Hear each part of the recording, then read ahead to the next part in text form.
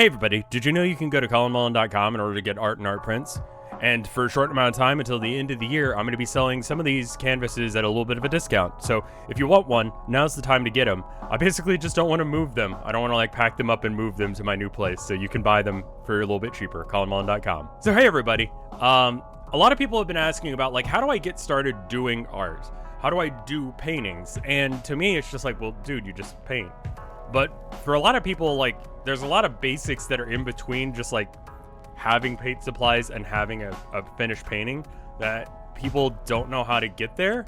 And so what I thought I'd do is, rather than like try and, I don't know, think of what those things are, I'm just gonna break down the normal things that I do, normal steps that I take during the process, and things that I know are issues, and just kind of talk about it like that. And if any of this, like, you'd like me to elaborate on or would like me to explain better, just let me know and I'll do a separate video about that. But this is like how to do art at the most basic level when it comes to like at least acrylic painting. A lot of this is transferable. So let's get on to step one. So step one, come up with an idea. Easier said than done, and honestly, one of the harder things to do in art. One of the best ways to do this is just to, keep a catalog of things that inspire you. I've talked about this in a previous video. I'm not going to go over this again, but if you want to see that video, it's linked up in the top right corner right now. So step two is, once you have an idea, go get a reference image. If that's from something, like for me, I do a lot of paintings from games. I need to go find that spot in the game. I need to go take a picture of it, preferably with the bots getting out of the way. Now, if this is a thing that just comes from my imagination, I'll usually go and track down some reference images that look kind of like what I'm trying to go for, and that way I have something to base off of. Me personally, I don't see things perfectly one-to-one in my head as they are going to go on the canvas. I know, generally speaking, for instance, in this painting, I needed some ripples for water, and I couldn't remember right off the top of my head what exactly that looks like down to like a T. And that's what reference images are for. They allow you to have just an idea of what you're going to do. It's pretty straightforward, but people seem like they think that reference images are cheating, and they're not. You're just going to combine a reference image with the idea that you've already had, put it together, and there you go. Sometimes I'll go take a picture with my phone of something that I want to, have as a reference as well. You can take pictures of yourself. You can have pictures of whatever. Just, you should have some sort of basis, and it does really, really help and make sure that you have a finished product that makes some sort of like inherent consistent sense with itself. And reference images really do help with that. So step three for me sometimes is just photoshopping the thing into the right spots. So that way it kind of looks like it, but I've kind of stepped away from that. And the reason for that is now I'm just trying to sketch. Now I do forget to sketch paintings a lot. This is a mistake. It seems like it takes more time to sketch. It really doesn't. If you're a patron of mine on patreon.com/RevScarecrow, subtle little plug there, you'll notice that I don't sketch as much as I ought to. And that's why sometimes in some of these paintings, you'll notice that I'll get about halfway done with a painting and realize that something is wrong. And sketching just sort of allows you to figure out where things are in relationship to each other. Maybe a building is a certain number of, I don't know, telephone poles away from another thing, or a window is about 25% up this, other mark on the page. Just having that figured out through a sketch allows you to save a lot of time and a lot of energy and a lot of money, because you're not spending it on paint. You're spending it on probably cheap pencils or, artist pencils or whatever, which is much, much cheaper than actually using paint. So sketching that out, trying to figure out the problems in advance. And also, sometimes you sketch stuff out and you're like, man, I hate this. I would hate to have a painting of this. And you just don't paint the rest of it. You go on to something else, you sketch something else, and you move on. And you've saved yourself a significant amount of time and money by doing that. So step four, and this is not something I do all the time as well, this video is going to have a lot of do as I say and not as I do sort of stuff here, is to sketch out the thing yet again, but this time on the canvas. Now, what I'm doing here is that I've taken some black paint and I've thinned it out with water. It's about a 50-50 mix of water to paint, and that allows the paint to go on real sheer. It allows me to not use too much paint. I'll put on like the smallest little dab of black paint on my palette as possible, so that way I don't use that much up, and it just allows me to have sort of marks on the canvas of where I want it. You could also use a pencil for this. I like using a brush. This is just a personal preference thing. I like to just be warmed up by using the brush already, and that way I've just kind of got like my hand loosened up to paint more later. Now, step 5 is to sort of do the equivalent of sketching, but with color. You're gonna just take the general idea of the right color. And the idea here is to just make sure that you've got mostly the right color in all of the right spots. Some of this underpainting will actually show through, so you want to get it close. And in addition, this is a good time to talk about a couple of different techniques that I do. First off, when you're painting, make sure you keep notes of the different colors that you're using, the different mixtures. For instance, I know in this specific painting that I used a combination of cadmium yellow and raw sienna, and it's about a 75% raw sienna to cadmium yellow. And I know that because I keep notes, and notes will allow me to later, if I ever want to go back and, you know, add more to the painting, or if later on down the road I need to change something, I know how much I need to change it, and, you know, just generally speaking what it looks like. Again, this is about saving time and money, just being able to instantly be able to go back to it, because paint dries real fast. Especially acrylic paint. Oil paint, not so much, but acrylic paint dries really fast. And when you step away from your painting for a couple hours, a couple minutes, a couple of days, you're not maybe gonna remember what exactly you were doing with that color, and you're gonna need to be able to go back and do that. So while we're talking about underpainting, I'm gonna talk about a couple of different techniques as far as like manipulating paint that I feel like are fairly important. And the first one, and one that I highly recommend, is wet on wet painting. The idea here is that you get two colors that you know are going to be right. This is especially helpful in the instance of doing the sky or something.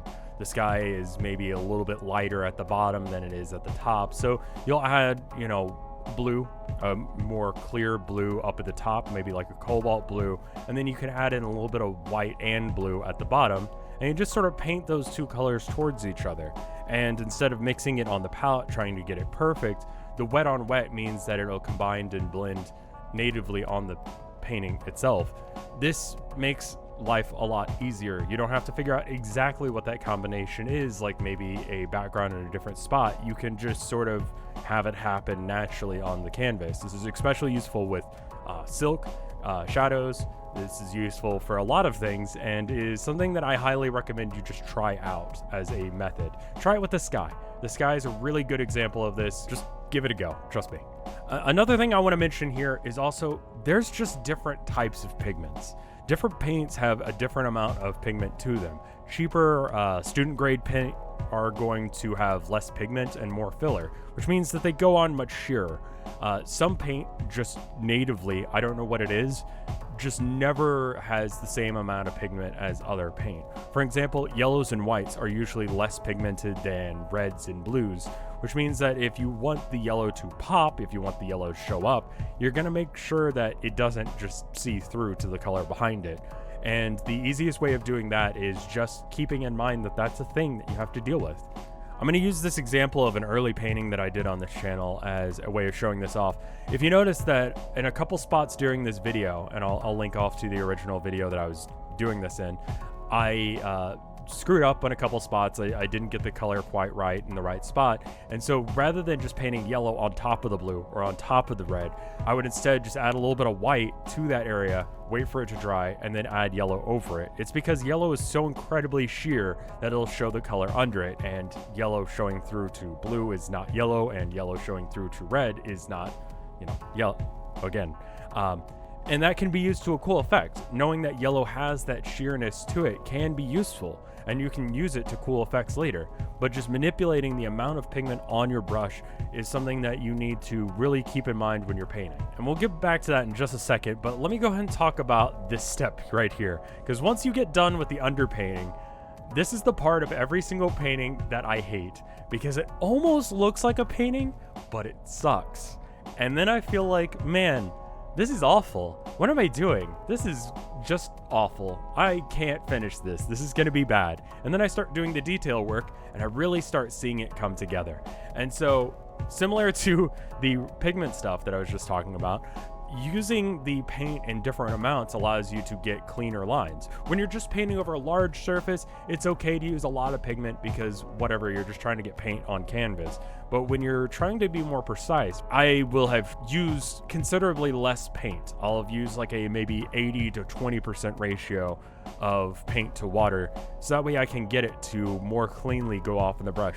Literally try this. Go and get some paint, put it on the canvas, and add a little bit of water to your brush, then dip it into the paint, and you'll notice that it goes on thinner and cleaner to a very specific spot, which is incredibly helpful when you're trying to get detail work done. While we're talking about that little lock and the door and all of that stuff, I want to point out that I'm not using black there. In realistic looking paintings, I just don't use the color black as much as possible. And the reason for that is that black just deadens an image. It makes it look less realistic. When you see darkness, very rarely does it look purely black. It's usually some combination of colors because that's just how your eye works.